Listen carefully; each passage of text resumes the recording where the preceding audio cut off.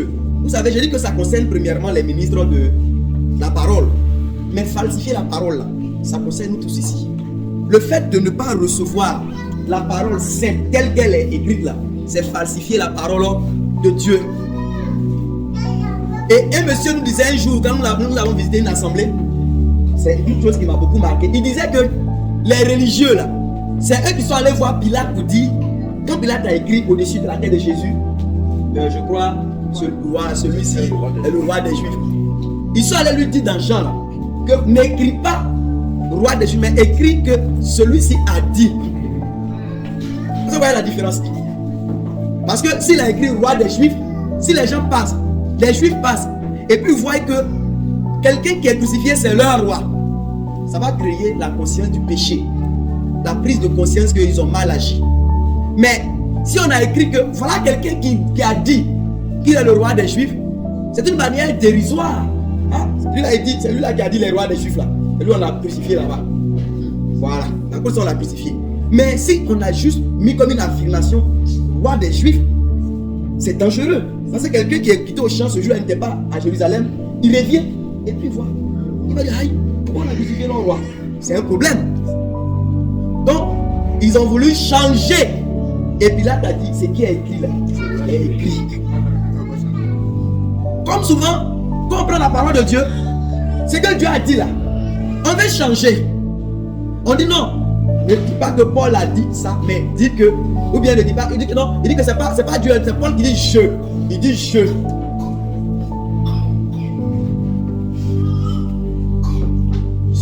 Je ne permets pas à la femme d'enseigner. Il dit que non, ça c'est Paul qui a dit je. Il devait dire quoi? On ne permet pas à la femme d'enseigner. Qu'est-ce qu'il devait dire? Pilate dit ce qui est écrit là est écrit. Ce que la parole de Dieu nous donne là, ne la falsifions point. Dans la version on dit quoi? N'altérons pas. Ce qui est écrit là, c'est ça qui est écrit. Alléluia. Alléluia. Et vous savez, mes frères, la Bible là, il y a des parties difficiles. Il y a des choses difficiles à saisir. Mais il y a des choses qui sont faciles. Jésus a dit aux apôtres, quand il les envoyait, il dit, si vous entrez dans une maison, faites quoi? Saluez. Toi, tu vas faire quelle méditation ça là? Tu vas faire retraite, aller jeûner, prier pour comprendre le réma qui est dans. Jésus dit, ah, mon frère, tu rentres dans une maison là, il faut saluer les gens. C'est du savoir-vivre, c'est du bon sens. Et je disais que la plupart des épîtres, là, sauf quelques exceptions, les lettres là, quand Paul a écrit un Timothée, là, il n'a pas envoyé à Timothée que Timothée aille faire une méditation avec. Vous savez non? Il a écrit pour dire, voilà comment on doit se comporter dans l'église. Dis aux femmes de s'habiller comme ça. Dis aux frères de prier en élevant des mains pures. Dis au lieu de critiquer les gouvernements et les présidents, qu'on prie pour eux. Chose que les chrétiens ne font plus maintenant. C'est les critiqueurs de gouvernement, critiqueurs de présidents. Priez pour les hommes élevant dignité, afin que nous menions une vie paisible. Que les hommes prient en élevant des mains pures en tout lieu. Que les femmes se parlent d'une manière décente, avec modestie, non point de traite de ceci, de cela, mais avec cette pudeur et ce cœur que Dieu cherche. Je ne permets pas à la femme d'enseigner. La raison, c'est parce que je ne les aime pas beaucoup. Non, parce que Adam a été formé le premier et Ève ensuite. Après, il dit, pour ceux qui veulent devenir des évêques, des conducteurs d'église, voici des dispositions dans lesquelles le témoignage de la vie qu'il doit présenter. Ce n'est pas pour que Timothée prenne ça pour aller faire une retraite et puis réfléchir sur le mot grec de c'est-à-dire que le en grec ça se dit oh, et oh ça veut dire ha ha. Non, non, il y a des parties où c'est nécessaire, mais il y a des endroits là, il ne faut pas aller loin. Il faut prendre ça simple. Alléluia. Et souvent l'enseignement de Jésus c'était beaucoup plus simple. Bon, on ne veut pas écouter. Ou même il a dit que si tu ne persévères pas et qu'à la fin tu ne seras pas sauvé. On dit quand même que c'est pas vraiment ce que ça veut dire. C'est ça. Et c'est ça qui fait que les saints, c'est ça falsifier ou altérer la parole de Dieu. C'est d'abord une chose qui concerne nous qui prêchons ou qui enseignons. Mais n'importe quel chrétien peut altérer ou falsifier la parole de Dieu. Parce que ce qui est écrit, tu peux dire que oui, mais c'est pas ce que ça veut dire. Tu commenceras à altérer ou falsifier. Paul dit, voyez le privilège de la position de gloire dans laquelle Dieu nous a positionnés là. Ne falsifions point la parole. Qu'est-ce que Proverbe? Il y a un proverbe, tu veux qu'on lise Proverbe, je crois, 30 par rapport à la parole de Dieu. Proverbe, hein? Usez un peu de patience encore envers moi et mes frères et mes soeurs. Hein? Comme je n'ai pas toujours l'occasion d'être là. Voilà. Verset 5 au verset 6. Proverbe 30, 5 à 6. Quelqu'un peut lire là. Écoutez ce qui est écrit. Toute parole de Dieu est éprouvée. Oh, toute parole de Dieu est éprouvée. Il est un bouclier pour ceux qui cherchent en lui un refuge. C'est un bouclier pour ceux qui cherchent en lui un refuge. N'ajoute rien à ses paroles. N'ajoute rien à ses paroles. De peur qu'il ne te reprenne. De peur qu'il ne te reprenne. Et que tu ne sois trouvé menteur. Et que tu ne sois trouvé menteur. Vous voyez. Donc nous, mes frères et mes soeurs, altérer la parole de Dieu, ça va nous faire être menteurs. Falsifier les Écritures, ça va nous faire être menteurs, menteuses. Recevons la parole comme de petits enfants. Alléluia. J'ai vu dans le Deutéronome que Moïse avait dit là-bas que le Moabite, si je ne me trompe, et puis l'Ammonite ne devrait pas rentrer dans l'assemblée des enfants d'Israël.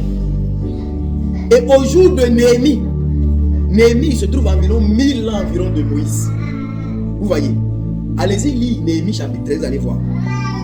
On dit ils ont revu dans le livre de la loi qu'il est écrit que l'Ammonite et puis le Moabite ne devaient pas avoir part à la congrégation de Dieu. Néhémie avec Israël ont donc chassé les Tobija, les Sambala et autres parce que c'était des Ammonites et puis des Moabites. J'ai compris que quand Moïse a dit que l'Ammonite et puis le Moabite ne devraient pas rentrer dans la congrégation là, ça signifiait que l'Ammonite et puis le Moabite ne devraient pas rentrer dans la congrégation. J'ai compris ça. Après beaucoup de réflexions, j'ai compris que ce que Moïse avait dit là, c'est ce que ça signifie. Parce que 1000 ans après, j'ai vu qu'ils ont fait exactement comme Moïse a dit. Voilà. Donc mes frères et mes soeurs, eu égard à la position de gloire et de grâce, de miséricorde que Dieu nous a donné en Jésus-Christ, ne falsifions point la parole de Dieu. Ne l'altérons point. Et le jour même cette parole, moi-même, je dirais me condamne, je dois m'humilier devant elle. Le roi, je crois c'était Josias, non? Quand on a découvert le livre de la loi dans le livre et dans la réparation du temple là, il s'est humilié, il a déchiré ses vêtements. Il est devant la parole de Dieu. Il n'y a pas de royauté. Quand on dit qu'auprès de l'Éternel, il n'y a ni intelligence ou bien ni sagesse là, c'est pour dire que quand Dieu est là, toi tu vas parler de quoi encore? Tu vas montrer quelle sagesse, quelle intelligence. Quand il est là, c'est comme s'il n'y a plus rien. C'est lui-même l'intelligence et la sagesse. Quand Dieu est là, il n'y a pas de roi. Si Jésus est ici là, qui est conducteur ici? Si Jésus est ici là, il y a quel pasteur? Il n'y en a pas. Non pas qu'on nie ces choses, mais ça veut dire que quand le grand pasteur, le pasteur des pasteurs est là, toi tu es quel pasteur? Il ne voit rien même sans lire Bible, il dit que quand la tête est là, chez nous ne porte pas chapeau. Nous sommes des chez nous. Quand la tête est là, on s'assoit, nous poussons, on l'écoute. Même entre nous ici, même quand notre grand frère Jean il vient, nous on prend nos cahiers, on s'assoit derrière. C'est comme ça. Ça veut dire que non, c'est moi ici, le pasteur principal. On fait quoi avec ça? Va t'asseoir pour écouter. Auprès de l'Éternel, il n'y a ni intelligence, ni science, ni sagesse. Toi, tu vas enseigner quoi à Dieu? Aujourd'hui, nous sommes en l'an 2000 ans combien? Et comme beaucoup ne savent pas qu'il y a eu déjà 4000 ans qui se sont déjà passés. Donc nous sommes déjà même en l'an 6000, on va dire ça comme ça. Bon, je ne suis pas trop sûr que c'est 21, mais c'est que si on est au moins en l'an 6000. Mais imaginez-vous mes frères, depuis, Dieu nous a donné 6000 ans, vous savez que jusque là on n'a pas encore pu arriver à côté du soleil. On a eu 6000 ans. Notre science là, plus 6000 ans. Et même la plupart des choses, même les gens disent même par rapport à la terre même là, il faut les prendre avec beaucoup de pinces. Il y a beaucoup de mensonges dedans.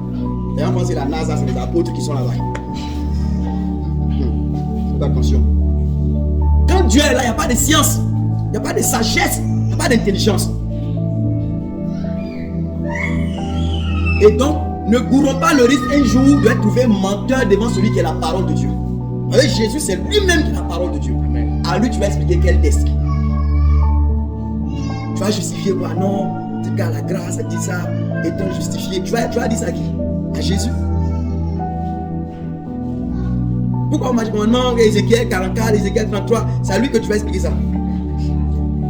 Hier, mon bien-aimé frère me disait, quand les gens disaient qu'il n'y a pas de résurrection là, Jésus a pris un texte où il dit que je vais ressusciter les morts.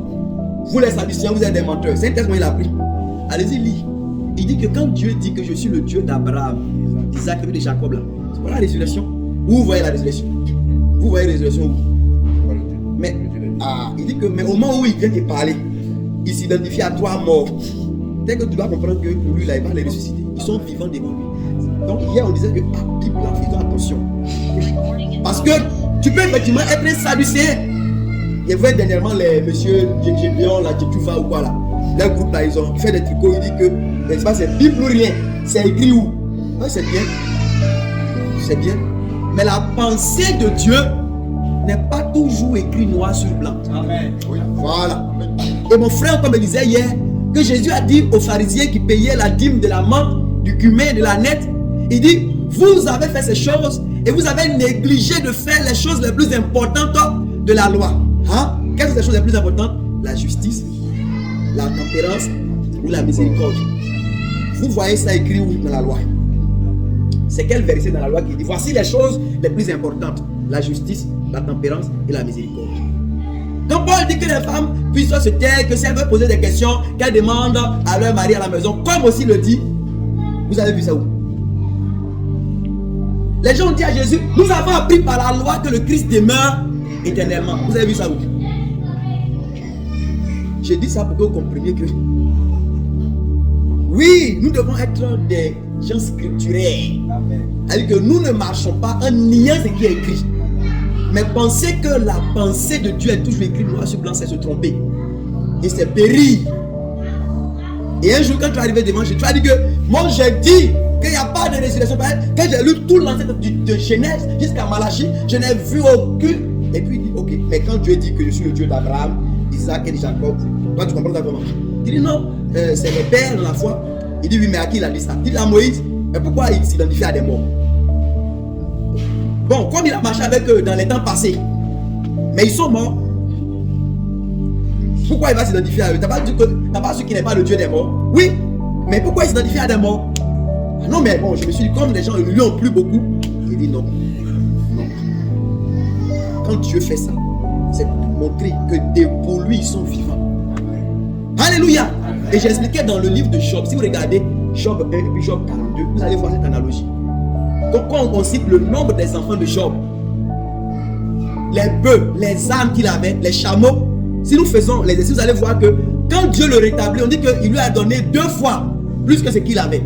Si vous regardez dans Job 42, vous trouvez un rapport de 2 avec tous les bêtes et puis les richesses de Job. Mais les enfants, il avait 3, je crois, combien de filles et puis de garçons?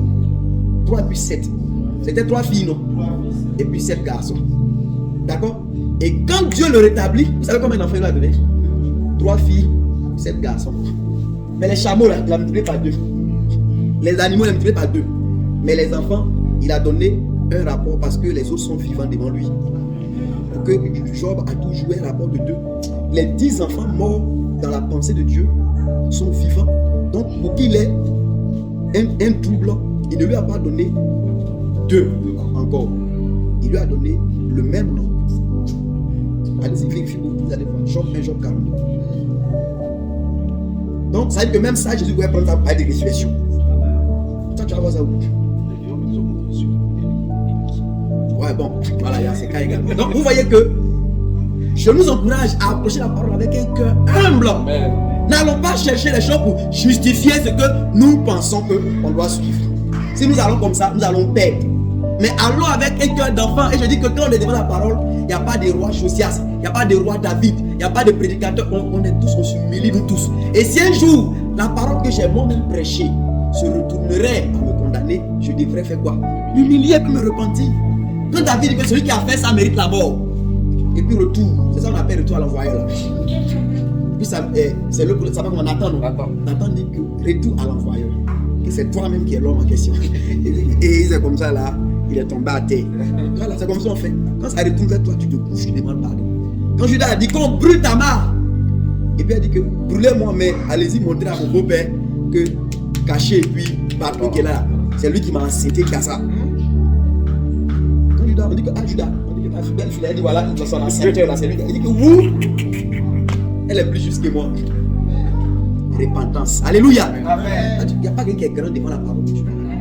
Si tu es grand, tu es perdu. Il faut rester petit. Et c'est ce cœur qui fait que je ne prétends pas que tu connaîtras tout. Peut-être que tu pourras avoir des erreurs. Mais il ne faudrait pas que ce soit des erreurs de l'orgueil. Ce sont des erreurs de ce que j'ai étudié jusqu'à. Voilà ce que j'ai compris. Dieu saura comment traiter ces choses. Mais il y a des gens, mon frère me disait, il y a souvent des évidences. Ils regardent ça, ils font comme les pharisiens là. Le baptême de Jean venait-il du ciel ou des hommes? Il dit, venez les gars, venez. Question comme ça là, on ne répond pas directement les gars. Et il se retire un peu. Ça là. C'est compliqué. Si nous disons que ça vient de Dieu, oh, il va nous dire pourquoi vous n'êtes pas partis faire. Vous dites que vous êtes des hommes de Dieu.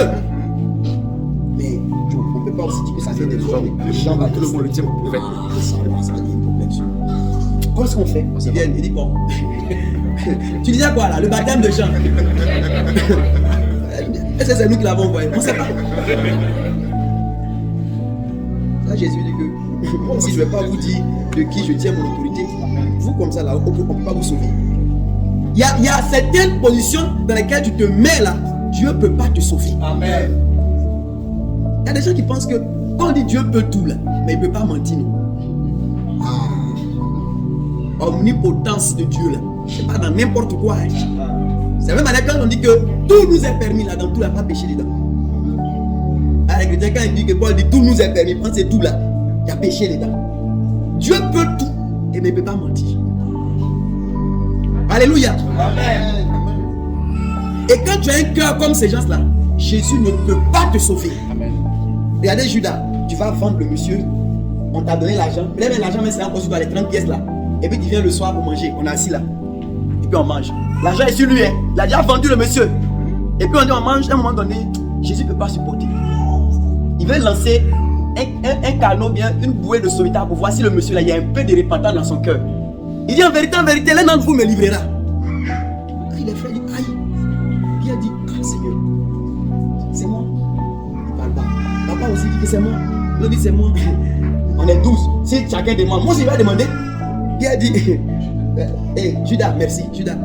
Rabbi, lisez dans Matthieu, vous allez voir. Il a eu le courage de demander. Pourtant, il a déjà fondu le monsieur, la haine dans sa cause. On dit, il cherchait une meilleure occasion pour le livrer. Quand les hommes font comme ça, Dieu va les sauver comment? Et puis il dit, Rabbi, est-ce moi? Il n'est pas sûr. Pendant qu'il a déjà vendu et il cherche une bonne occasion pour le livrer. Et Jésus dit, en vérité, l'un d'entre vous me livrera. Tu vas tomber en même temps. Il dit que pardon, maître, ça m'a pris. L'argent même est sur moi actuellement. Je viens de chez les gens comme ça. Je ne sais pas ce qui m'a pris. Pardonne-moi, maître. Jésus a le relever. Amen. Mais ça reste dans ta poche. Et puis, tu viens à la réunion.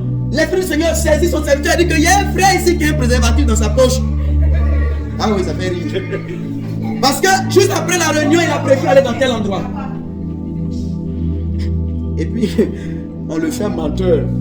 Ce qu'il vient de dire là, c'est une invention. Tout le monde est assis, on est tous sereins, bien habillés, tranquilles. On adore le Dieu d'en haut. On finit la réunion, on sort. Et puis tu retournes avec ces choses. Tu serres ton cœur. Vous savez, souvent quand Dieu parle, c'est parce que la mort est toujours devant. Et tu t'en vas dire, maître. Et puis, après, on dit que notre frère là, on l'a retrouvé quelque part là-bas. Hein? Qu'est-ce qui s'est passé? C'est que Judas a eu le courage de demander, est-ce moi?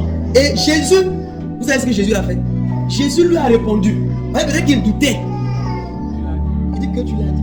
Mais malgré ça, il s'est concentré, il est parti. Et si vous lisez bien, là, vous allez voir que, en fait, c'est à partir de ce moment-là même là, que le diable maintenant est rentré en lui.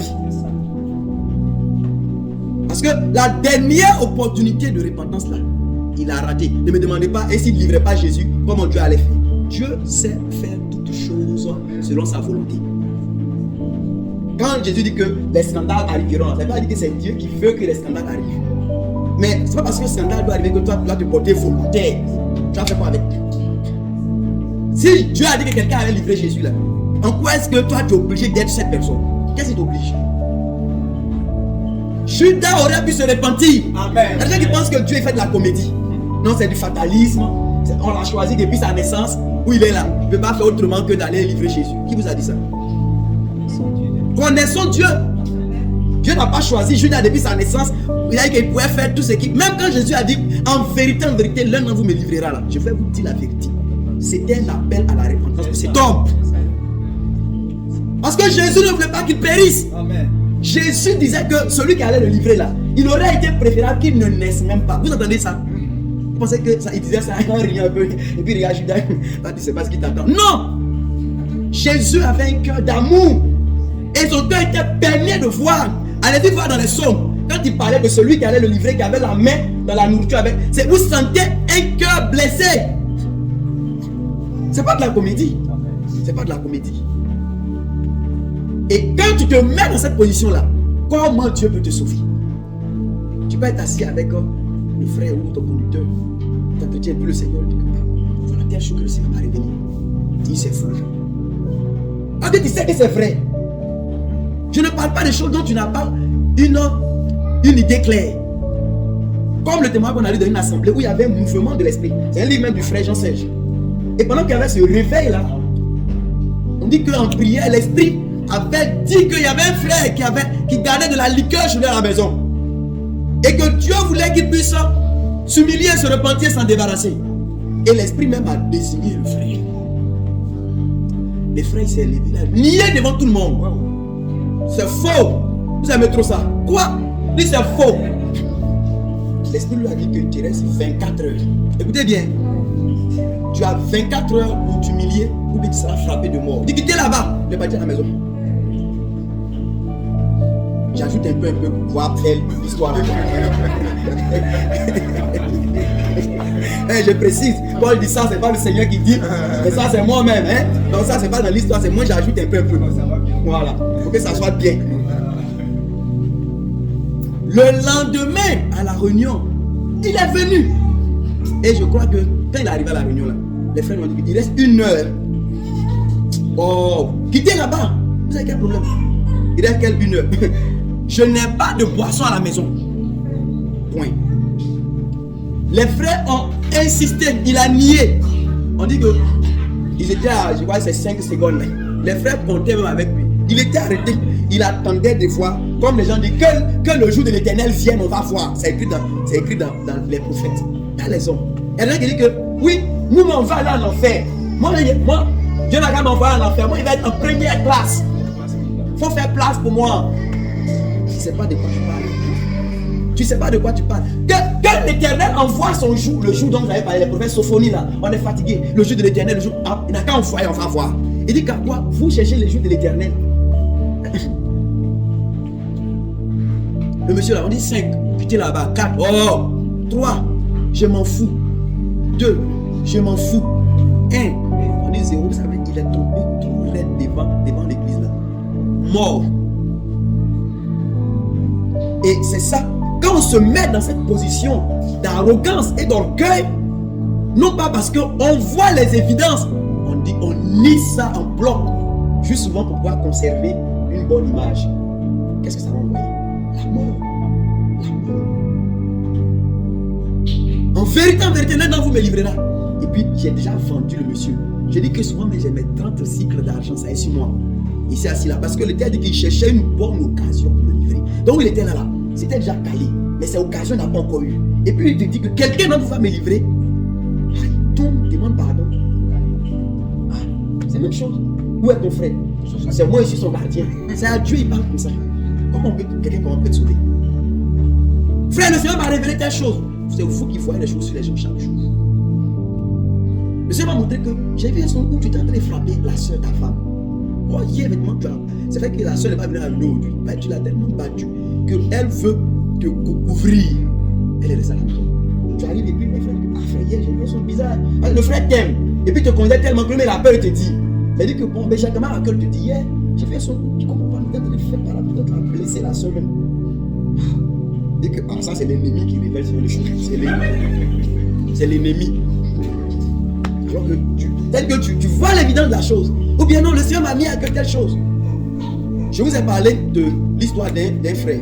Je vous rappelle, le jour où on a fait le 31 chez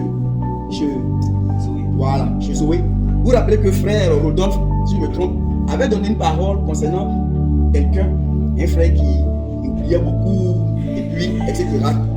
À la vérité, je t'ai bien expliqué ça. Hein? Après, il y a un frère qui n'est pas au milieu de nous, qui est venu vers moi. Or, ce jour, je crois que dans l'instruction qui était donnée, il était demandé que ce dernier, s'il se reconnaissait là, qu'il puisse se lever pour qu'on puisse prier pour lui. Et si je ne me trompe pas, presque personne n'a réagi. Et c'est après que ce frère est venu vers moi et il m'a expliqué beaucoup de choses. Et je dis que c'est un frère qui n'est pas au milieu de nous, pour qu'on comprenne bien. Il m'a expliqué beaucoup de choses qui effectivement étaient en rapport avec presque tout ce qui avait été dit. Mais il dit que non, que lui il veut que je puisse prier pour lui. Je vous le dis devant le Seigneur. J'ai vraiment eu dans le cœur le désir de prier pour lui. On a fait le programme jusqu'au jour où je ne suis pas là. Ça n'a pas pu être réalisé. Mais parce que souvent aussi, Dieu peut dire, levez-vous et allez prendre le pays promis. Vous dites qu'on ne peut pas. Après, il dit, bon, ok, retournez. Vous dites que non, maintenant on veut partir. Il dit, ne partez plus. Vous avez déjà vu ça? Oui. Et les gens sont partis. Qu'est-ce qui est arrivé? Ils ont été frappés. Dieu dit, allez-y, non, on va nous tuer. Il dit, ok, non, retournez. On dit, non, pardon, on va partir. Il dit, ne partez plus. On va partir. Ok, allez-y. Ils sont partis, ils ont été frappés. Souvent, Dieu peut vouloir faire une chose aujourd'hui. Souvent, même quand le Seigneur dit que si tu es là, lève-toi et viens. Dans te lever, venir là, il y a quelque chose qui veut guérir, il y a quelque chose qui veut briser, il y a quelque chose qui veut enlever. C'est que non, moi après aller voir le prophète. Il y a ce qu'on voit le prophète en secret, il y a ce qu'on voit le pasteur après, et puis il y a ce que souvent Dieu veut que tu dises devant tout le monde. Amen. Voilà, il y a souvent certains péchés même, l'Esprit de Dieu peut te dire, il faut venir dire ça devant tout le monde. Tu dis que non, moi grand comme ça. Tu gardes ça, tu peux après dans le secret aller parler même au couteau ou à un frère. Ce n'est même pas sûr que tu vas avoir la guérison qu'il faut. Il peut prier pour toi, hein, mais c'est Dieu qui restaure, qui guérit, c'est lui qui rafraîchit. Et cette sécheresse-là peut demeurer parce que quelque part, parce que tu voulais être honoré, toi tu as jeté le discrédit sur Dieu pour que toi, ton visage... Parce que quand Dieu dit tout à l'heure par un serviteur que quelqu'un parmi nous, ici a des choses vient et puis personne ne se les a dit. Si ce n'est pas même des personnes qui sont matures là, on dit que c'est que le monsieur là c'est un menteur. Il dit que le Seigneur pendant qu'on prie me montre qu'au milieu de nous il y a tel frère qui a tel problème. Et c'est la personne là. Rien. Ok. Donc celui qui a dit ça là. Maintenant, moi je conserve mon image, piétinant Dieu, et puis après dans le secret, non, pardon, c'est que tu as dit là, Joe, c'est moi. Tout ce que tu as dit là, c'est moi, je ne peux pas me lever. Donc il faut partir. C'est Dieu lui n'a qu'à être honni, que toi, petit vernisseau là, toi tu vas être grand.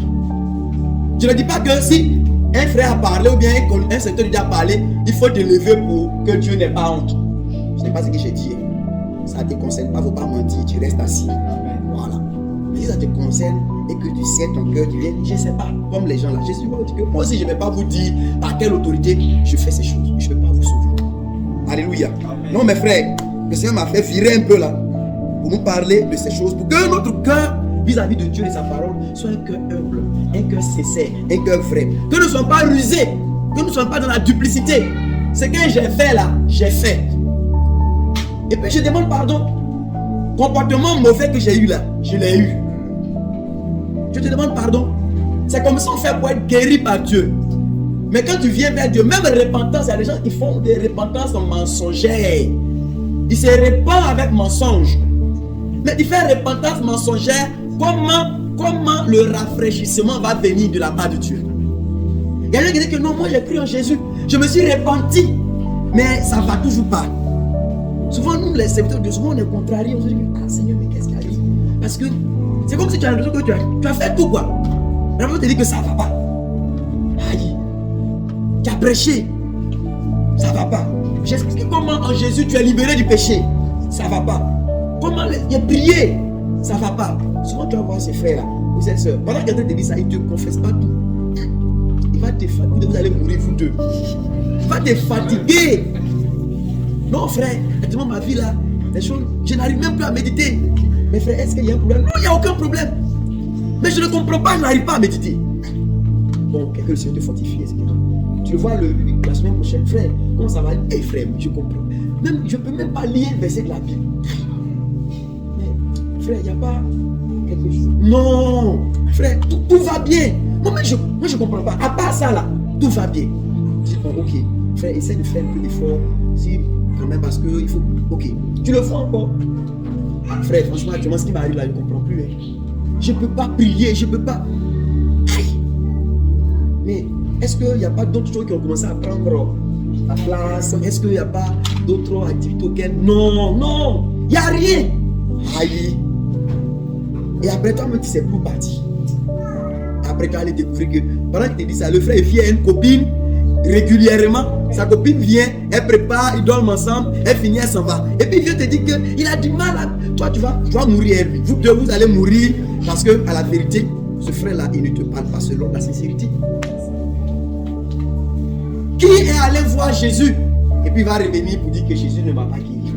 Qui est allé voir Jésus? Il va revenir pour dire que Jésus ne m'a pas délivré. Notre frère qui témoigne aujourd'hui que nous avons entendu.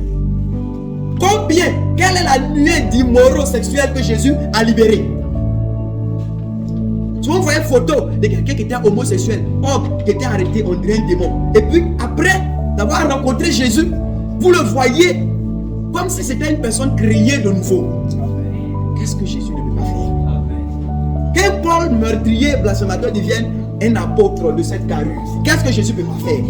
Et c'est moi, mon petit truc là, il peut. Tout ce qu'on fait là, ça ne peut pas me libérer. Frère, dis-nous la vérité. Sœur, dis-nous la vérité. Est-ce qu'il n'y a pas de choses que tu couvres? Et Proverbe dit que si tu caches tes transgressions, tu ne peux pas prospérer. Mais si tu les avoues et que tu les délaisses, regardez une telle chose. Souvent quand tu lis ça, c'est bizarre. Tu les avoues, tu les délaisses, tu obtiens miséricorde. L'homme naturel voudrait dire que tu obtiens miséricorde et puis tu les avoues, tu les délaisses. Souvent la sagesse de Dieu là, ça nous fatigue. Dieu dit il faut les avouer, tu les délaisses, tu obtiens miséricorde. Mais nous on voudrait dire que non, tu ne peux pas obtenir, il faut que tu obtiennes miséricorde d'abord. Et vous allez entendre, il y a des gens qui disent ça même. Voilà. Donc les gens pensent que c'est être spirituel. Même souvent les gens disent que non, la foi vient avant la repentance. Et Jésus dit repentez-vous et croyez. On dit non, il faut croire d'abord pour pouvoir te repentir. La sagesse de Dieu, ça nous fatigue. Et on pense qu'on est sage. Dieu dit, prêchez-le, il n'a pas dit prêchez-le la foi, prêchez-le la repentance. Maintenant, celui qui va croire, là, qui sera baptisé, sera sauvé.